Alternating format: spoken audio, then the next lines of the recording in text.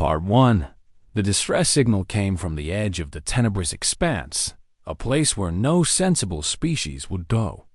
Ambassador Calder of the Luminary Collective stood before the council chambers, his body's natural glow dimmed with worry. His people were dying in the darkness, and he needed help. 3 weeks, Calder said, his voice carrying across the assembled delegates. 3 weeks since we lost contact with Research Station Haven. The last transmission showed our people in severe distress. The darkness was affecting their minds. The other species in the chamber shifted uncomfortably. Everyone knew about the tenebrous expanse. It was a region of space where light simply did not exist. Ancient stellar phenomena had created a void so complete that even background radiation was absent. It was a tomb of absolute darkness, stretching across dozens of light years. The Quarian delegate spoke up, her crystalline form refracting the chamber lights. "We sympathize with your loss, Ambassador, but surely you understand. No species can function in such conditions. Your research station was a noble experiment, but the expanse is simply incompatible with life as we know it." "They're not dead yet," Calder insisted. "Our medical sensors still show life signs, but they're fading. Every day we delay, more of my people slip away. I'm asking for a rescue mission." Silence filled the chamber. The delegates looked at one another, but no one volunteered. The Luminari had evolved under 3 bright suns. Their entire biology revolved around light. In darkness, they withered like plants denied sunshine. But even species that didn't depend on light for survival found the expanse horrifying. The psychological impact of absolute darkness was well documented. Madness came quickly in that void. "Perhaps," a new voice said from the back of the chamber, "we could help." All eyes turned to the human delegation. They were relatively new to the galactic community, having achieved faster-than-light travel only 50 years ago. Their planet orbited an unremarkable yellow star in an outer spiral arm. Most species considered them pleasant enough, but unremarkable. Dr. Sarah Chen stepped forward. She was small compared to most species present, her dark hair pulled back in a simple tie. Behind her stood 3 other humans, all wearing the blue uniforms of Earth Search and Rescue Corps. "With respect," the Quarian delegate said, "what could your species possibly offer? You've never operated in the expanse." "No," Sarah agreed. "But we've operated in darkness before. It's not foreign to us." Calder's glow brightened with hope. "You can survive without light?" "We evolved that way," Sarah explained. She pulled up a holographic display showing Earth rotating through space. "Our planet has a day-night cycle. Half the time, our world is in darkness. Our ancestors learned to function during those dark hours." The assembled delegates looked confused. Most of their worlds had multiple suns or orbited in ways that minimized darkness. The concept of regular, predictable darkness was strange to them. "But surely," the Quarian pressed, "you must have found such conditions challenging?" "Dangerous?" Sarah smiled, and there was something in that expression that made several delegates uncomfortable. "We did, so we adapted. We learned to hunt in the darkness. We explored caves deep underground where no light penetrated. We developed tools and techniques specifically for operating without vision." She gestured to her team. "Commander Jackson here is trained in cave rescue. He spent weeks underground in total darkness. Lieutenant Park specializes in Arctic operations, where winter nights last for months. And Dr. Williams studies sensory adaptation. He spent hundreds of hours in isolation tanks with 0 light and sound." The human named Jackson stepped forward. He was larger than Sarah, with scars on his hands. "We've reviewed the data on your research station. The approach is dangerous, but we've handled worse. We can get your people out." "This is madness," another delegate said. "Even if you can tolerate darkness, the psychological strain would be overwhelming. The Luminari research team was trained for this, and they still broke down in days. Maybe, Sarah said carefully, your people were trained wrong. No offense intended, Ambassador, but if you've never experienced true darkness, how would you prepare for it? Kaltur's glow flickered. It was true. The Luminari had tried to train their researchers using dimmed lights, but they'd never been able to simulate absolute darkness. The concept was too alien to their nature. Let me show you something, Sarah said. She dimmed the lights in the chamber to half strength. Several delegates gasped, their discomfort obvious. Then she dimmed them further, and further still, until only emergency lighting remained. The chamber filled with anxious sounds. Species that relied on visual communication were struggling. The Luminari delegation was barely visible. Their natural glow, the only thing keeping them from disappearing entirely. Sarah stood in the near darkness, completely calm. This is uncomfortable for you. I can see that. But for humans, this is normal. This is how we lived for thousands of generations. We told stories around campfires in darkness like this. We raised our children in it. We made art and music in it. She brought the lights back up slowly. The darkness doesn't scare us because it's familiar. It's not an enemy to us. It's just another environment to work in. Kaltur approached the human delegation. Up close, Sarah could see how the ambassador's light pulsed with emotion. Desperation, hope, and something else. Fear, maybe. But not fear of the darkness. You're serious about this, Kaltur said. You truly believe you can enter the expanse and return with my people? Yes, Sarah said simply. What do you want in return? Sarah glanced at her team. Standard rescue compensation. Medical supplies, fuel, repairs to our ship. And information. We'd like to study the expanse ourselves when this is over. We're curious about it. That last part made several delegates shift uncomfortably. The humans wanted to study the expanse? Voluntarily? The idea was disturbing, but Kaltur didn't hesitate. Done. Whatever you need. Just bring my people home. Sarah extended her hand in the human gesture of agreement. Kaltur touched it with his glowing fingers, sealing the arrangement dot as the human team left the chamber to prepare. Whispers spread among the delegates. The newcomer species was going to walk into absolute darkness to save people they'd never met. Either they were incredibly brave or incredibly foolish. No. One could decide which possibility was more terrifying. The human ship Endurance approached the edge of the tenebrous expanse 3 days later. Behind them, at a safe distance, the Luminari observation vessel Dawn's Promise monitored their progress. Kaltur stood on the bridge, surrounded by his science team, watching the humans prepare for something no other species would attempt. They're really going in, one of the Luminari scientists whispered. Her glow was pale with fear. On the view screen, they could see the boundary of the expanse. It looked like a wall of absolute nothing. Stars simply disappeared where the darkness began. Sensor readings became meaningless at that threshold. It was like looking at the edge of existence itself. Commander Jackson's voice came through the communication channel. Dawn's Promise, this is Endurance.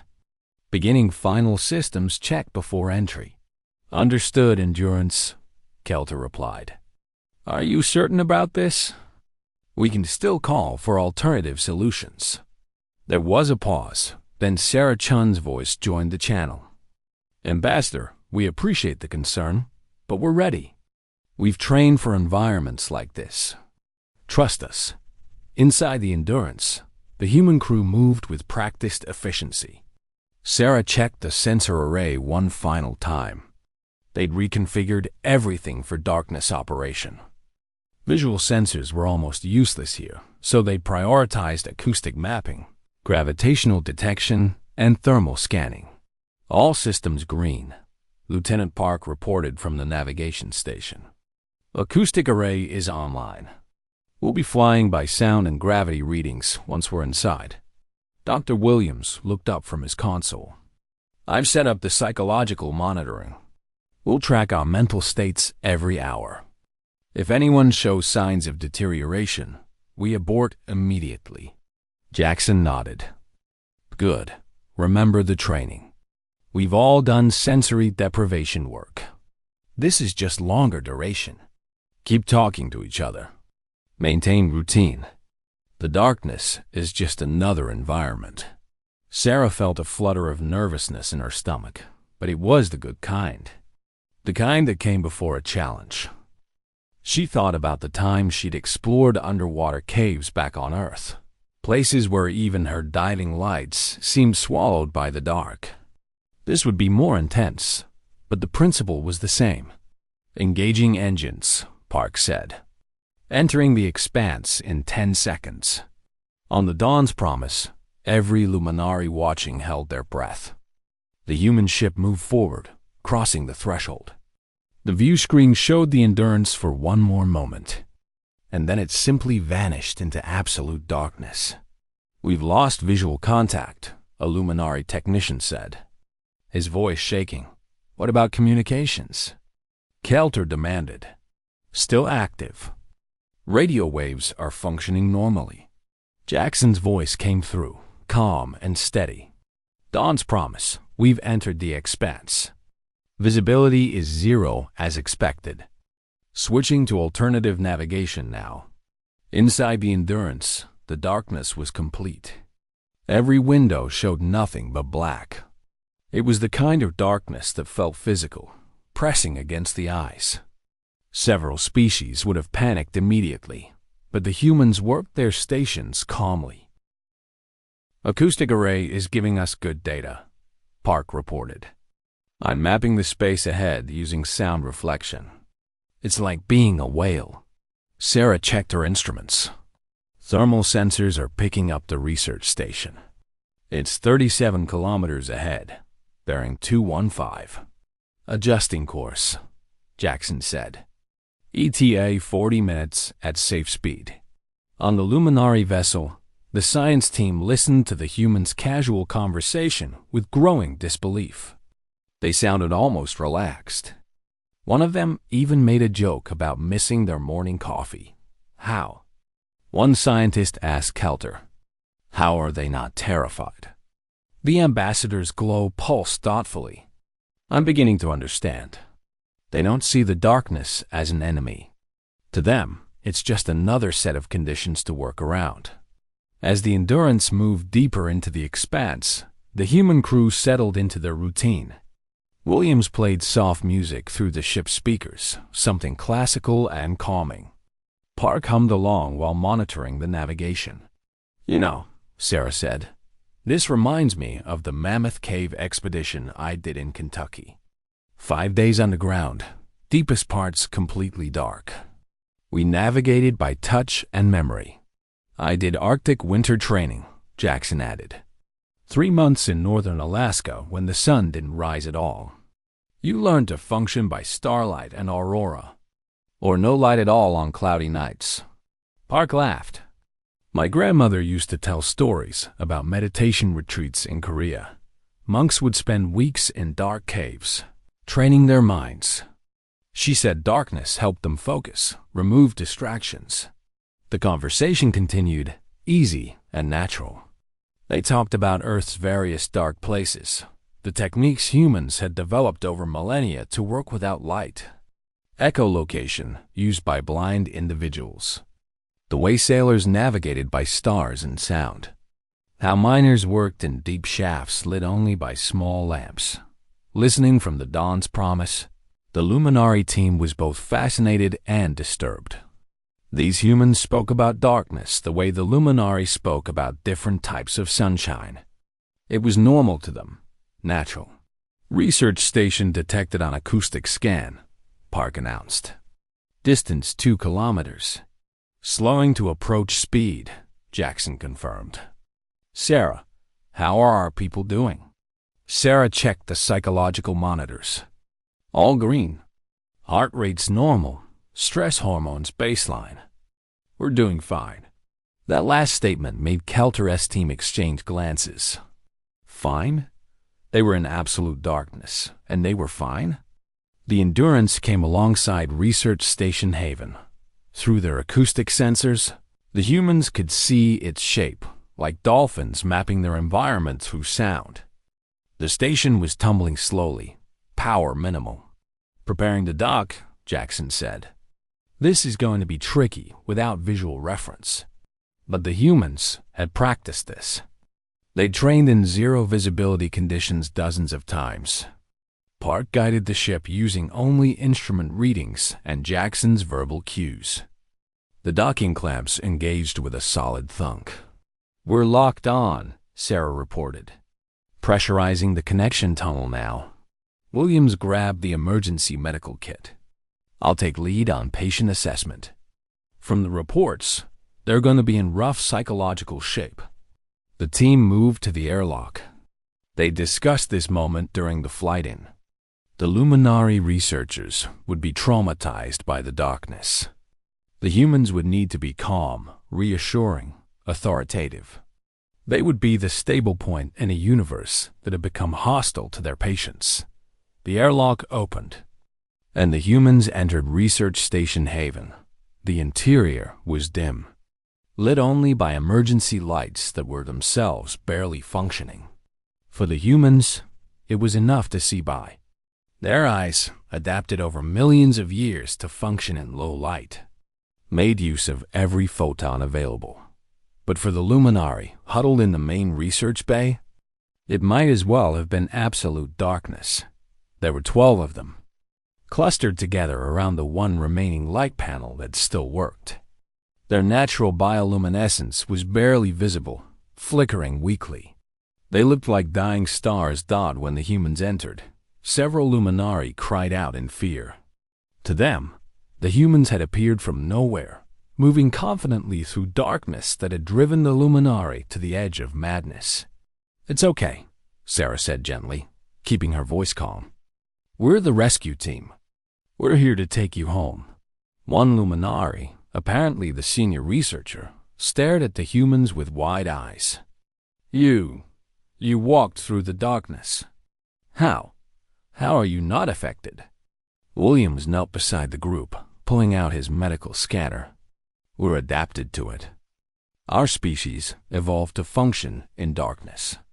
We're going to get you out of here, but I need to check your conditions first." As Williams worked, examining each Luminari, the others watched the humans move around the station. Jackson checked the power systems. Park secured their equipment. Sarah reviewed the research data to see what could be salvaged. They moved through the dim light with perfect confidence, occasionally calling to each other from different rooms. They weren't stumbling or hesitant. They were working normally, as if the darkness that had broken the Luminari minds was simply irrelevant to them. "This is impossible," the senior researcher whispered. "No one can adapt to this." "No one." Sarah looked up from the data console. "We didn't adapt to this specifically. We adapted to darkness in general millions of years ago. This is just more of the same to us." She smiled, and in the dim light, it was meant to be reassuring. But to the Luminari, watching these creatures move with such ease through their nightmare, it was the most terrifying thing they'd ever seen, because it meant the humans were telling the truth. They really weren't afraid of the dark. News of the successful rescue spread through the galactic community like wildfire. Within days, every major species had heard the story. The humans had walked into the tenebrous expanse, retrieved the Luminari researchers, and walked back out. They'd spent 6 hours in absolute darkness and showed no psychological damage whatsoever. The Council of Starfaring Species called an emergency session 2 weeks later. This time, the topic wasn't a rescue mission. It was humanity itself. Kelter stood before the council again, but his testimony was very different from his desperate plea for help. "I watched the recordings from our monitoring stations," he said. "I listened to the humans during their mission. They were calm, They joked with each other. One of them hummed music while navigating through absolute darkness. The Quarian delegate leaned forward. "What are you saying, Ambassador?" "I'm saying we may have misunderstood what adaptation means." Talter's glow pulsed with an emotion the others couldn't quite identify. The humans didn't just tolerate the darkness. They were comfortable in it. A new voice joined the discussion. Trelvok, a xenopsychologist from the depths-born species, activated the central holographic display. His aquatic species communicated through bioluminescent patterns, translated by computer for the others. "I've been researching humanity since the rescue," Trelvok said. "With the Council's permission, I'd like to share my findings." The Council leader gestured approval. Trelvok brought up data from multiple sources. The darkness adaptation is not unique. It's part of a pattern. My own people encountered humans 5 years ago in the deep trenches of their oceanic world. We found their behavior disturbing. Images appeared showing humans in primitive diving suits, descending the crushing depths. These humans were exploring their ocean floor for recreation. They called it free diving. No breathing apparatus. Just holding their breath and swimming to depths that would kill most species. Murmurs of disbelief rippled through the chamber. When we asked why they did this, they said it was fun, challenging. They wanted to see how deep they could go. Trelvok paused. "My people evolved in deep ocean. We're built for pressure. But humans? Their bodies should rupture at those depths. Yet they train themselves to withstand it anyway." More images appeared. A human standing in a frozen wasteland, wearing only basic thermal clothing. This is from the Arctic regions of Earth. Temperatures that would flash freeze most species' body fluids. Humans live there. They hunt there.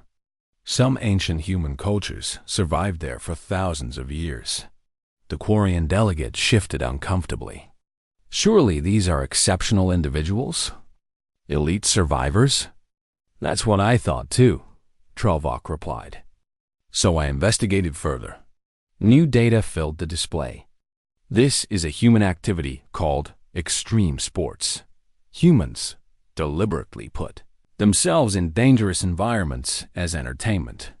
The Council watched footage of humans jumping from aircraft, climbing vertical rock faces, and surfing massive waves. Each activity would be considered insane by most species standards. "They have an entire industry built around controlled danger," Trelvok continued. "They pay credits to experience fear and physical challenge. They seek it out voluntarily." Another delegate spoke up, her voice uncertain. "Perhaps their world is so hostile that they must develop these tolerances to survive?" Trelvok brought up an image of Earth from space. It was a beautiful blue and green world, temperate and lush. Earth is classified as a garden world, highly suitable for life. Yet humans treat it as a training ground. He displayed more data. Human military training involves sleep deprivation, extreme temperatures, food scarcity, and psychological stress. They deliberately break down their recruits' mental barriers and rebuild them stronger. This is considered normal in their culture. The chamber fell silent as the implications sank in. "I've developed a theory," Trelvok said. "Humans don't just adapt to hostile environments. They seem to require challenge. When presented with something that should repel them, they're drawn to it. They want to conquer it." Talter spoke up. "After the rescue, I spoke with Dr. Chun. I asked her why humans would volunteer for such a dangerous mission. Do you know what she said?" The Council waited. She said, "Because it was interesting. The Tenebrese Expanse, the place that nearly destroyed my people's minds, was interesting to her. She wanted to study it. She asked if humans could establish a research station there themselves." Several delegates made sounds of alarm. "That's not all," Trelvok added. "I've found similar reports from other species. The volcanic Carlings report humans visiting their lava fields for tourism. The The radiation dwellers found humans working in contaminated zones that would kill most species, protected by what they admitted was not great shielding. They accepted increased cancer risk as an acceptable trade-off. More images flashed across the display. Humans in radiation suits. Humans exploring volcanic caves. Humans climbing mountains in thin atmosphere. Humans diving into underground rivers. Humans deliberately isolating themselves in sensory deprivation tanks. This last one disturbs me most, Trelvok said, highlighting the sensory deprivation data. Humans voluntarily place themselves in environments with zero stimulation. No light, no sound, no touch. They float in darkness and silence for hours. They claim it's relaxing. The Luminary delegation glowed with distress. The idea of choosing such an experience was incomprehensible to them. I've also found historical records, Trelvok continued. Human history is filled with explorers who went into hostile environments just to see what was there. They crossed frozen wastelands, burning deserts, and violent oceans. Many died in the attempt.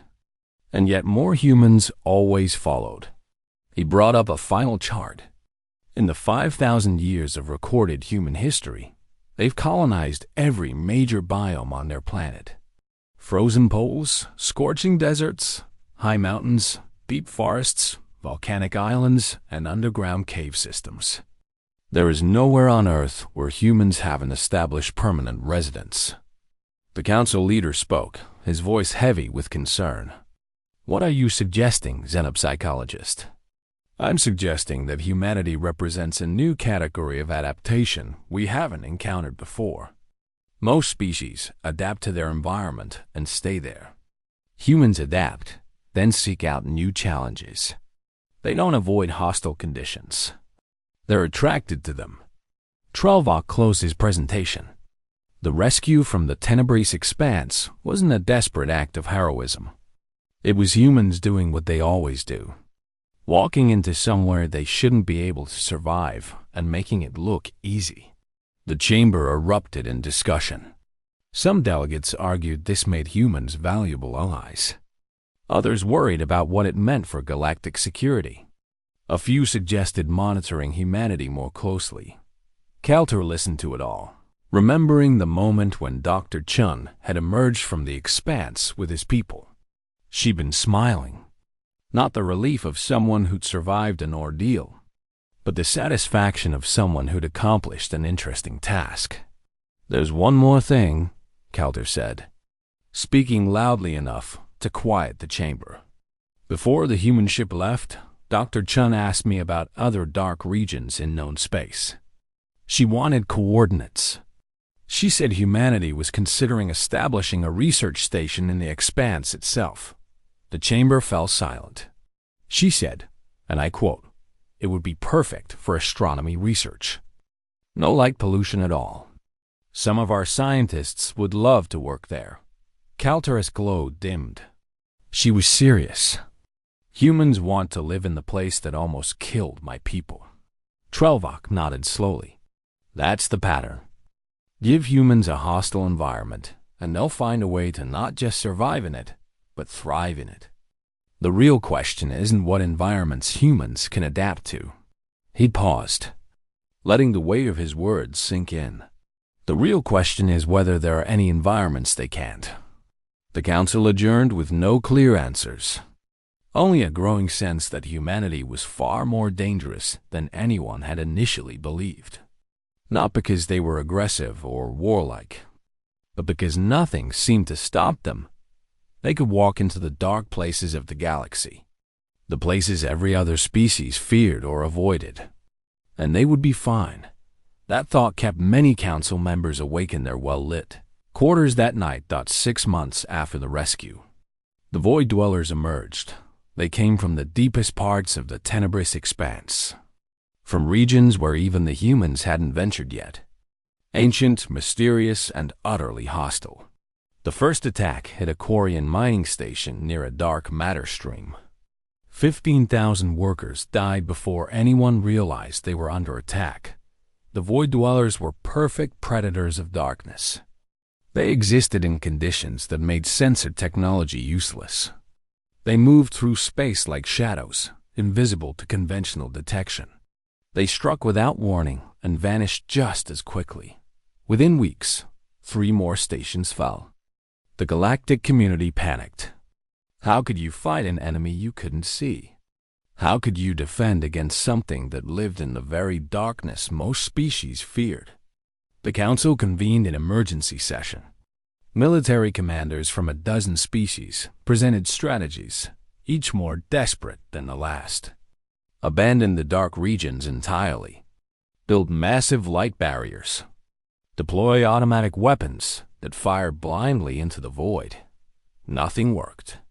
The Void Dwellers adapted to every defense. They seemed to anticipate every tactic. Then Ambassador Kelter stood up. "I know who we need." The council leader looked at him. "The humans, yes." There was resistance, of course. Some delegates argued that humans were too new to galactic affairs. Others worried about giving them too much military intelligence. But as another station fell to the Void Dwellers, the arguments faded. The human delegation arrived 3 days later. Dr. Sarah Chun was there, along with Commander Jackson. But this time, they brought military advisors. Admiral Marcus Webb stood before the council, reviewing the data on the Void Dwellers with interest. "Fascinating," Webb said, studying the attack patterns. "They use the darkness as camouflage and weapon both. They've evolved to be invisible in these conditions. Can you fight them?" The council leader asked bluntly. Webb smiled, and several delegates recognized that expression now. It was the same smile Sarah had worn when discussing the tenebrous expanse. The smile of someone seeing an interesting challenge. "Yes," Webb said. "We can fight them. We'll need access to the dark regions, full tactical authority, and cooperation from your defensive forces. But yes, we can do this. How?" Kelter asked. "Every species that's tried has failed. Because they're fighting the darkness too," Webb explained. "They're trying to bring light into the void and fight from there. That's the wrong approach." He brought up a tactical display. "You fight darkness from within darkness." The Void Dwellers think they own these spaces because they've never encountered a species that could match them there. But they've never fought humans. Jackson stepped forward. "We have 3,000 years of naval warfare experience on Earth. We fought battles on oceans at night, in fog, in storms where you couldn't see your hand in front of your face. We developed sonar, radar, acoustic tracking. We learned to hunt submarines in the deep ocean where no light reaches. We also have more recent experience," Webb added. "Asymmetric warfare, guerrilla tactics, fighting enemies who use terrain as a weapon. The darkness is just terrain. And humans are very good at using terrain against our enemies." The council gave humanity authority to engage the Void Dwellers. What followed became legend. The human fleet entered the dark regions, not as rescuers, but as hunters. They didn't bring massive light sources or conventional weapons. Instead, they deployed sensor networks that mapped space through acoustic pulses, gravitational distortions, and thermal differentials. They used detection methods developed for submarine warfare and cave exploration. The first engagement happened near the remains of the destroyed Quarian station. The Void Dwellers attacked the human cruiser, expecting an easy target. Instead, the humans were waiting. "Contact," the sensor officer reported calmly. 4 entities bearing 270, using the debris field for cover. The human commander didn't hesitate. "Deploy pattern Delta. Use the acoustic net." The humans fired weapons that didn't rely on visual targeting. Missiles that tracked gravitational signatures. Torpedoes guided by thermal sensors. And something new. Weapons that use sound itself as both detection and attack. The Void Dwellers had never encountered prey that fought back in their own domain. 3 of the 4 entities were destroyed. The fourth fled into deeper darkness, but the humans followed. Over the next month, human forces pushed deeper into the dark regions than any species had dared to go. They established forward bases in the darkness, stations lit only minimally and using the void as protection rather than fearing it. They hunted the void dwellers with techniques that terrified other species watching from safe distances. Humans would drift in the darkness for days, waiting silently for their prey. They used psychological warfare, broadcasting sounds through space that confused and frightened the void dwellers. They laid traps in the darkness, using the terrain the way hunters had used forests and mountains for millennia. The void dwellers learned fear for the first time in their existence. They tried to retreat to their deepest sanctuaries, places where the darkness was absolute and no other species could follow. But the humans came anyway. Small teams in specially designed ships, moving through the void like they'd been born there. Lieutenant Park led one of these deep reconnaissance teams. Her crew spent 3 weeks in absolute darkness, mapping void dweller movements and habitats. They emerged with data that revealed the creatures' breeding grounds and migration patterns. "It's actually beautiful out there," Park reported to Admiral Webb. "Once you get used to it, the darkness has its own character. You can almost feel the shape of space around you." Webb used that data to plan the final offensive. Human forces struck at 6 void dweller nesting sites simultaneously. Attacks coordinated through the darkness with precision that seemed impossible. The void dwellers fought back desperately, but they'd lost their advantage. They were no longer the only predators in the dark. The war ended not with a grand battle, but with a retreat. The surviving void dwellers pulled back to the deepest parts of the expanse, regions even humans considered dangerous. They sent signals indicating they would no longer attack Sebel space. They'd learned that the darkness had new masters now. The aftermath reshaped the galactic community. Human defensive stations now dotted the dark regions, monitoring for threats. But more disturbing to many species, human civilian stations started appearing too. Research facilities studying dark matter and cosmic phenomena. Mining operations extracting resources from the void. And most shocking of all, tourism stations. Humans advertising authentic darkness experiences to other humans looking for adventure. Keltar visited one of these stations 8 months after the war ended. The facility, called Event Horizon, floated in a dark region near where his own people had nearly died. He watched humans wandering the observation decks, looking out at absolute nothingness with expressions of wonder. Sarah-chan found him there, staring out a window at the darkness. "Strange, isn't it?" she said. "A year ago, this place nearly destroyed your research team. Now humans vacation here. How?" Keltar asked. "How can your people find beauty in this?" Sarah considered the question. "Because we learned a long time ago that darkness isn't evil. It's just the absence of light. And absence can be peaceful, calming. It removes distractions, lets you focus on what's important." She gestured at the window.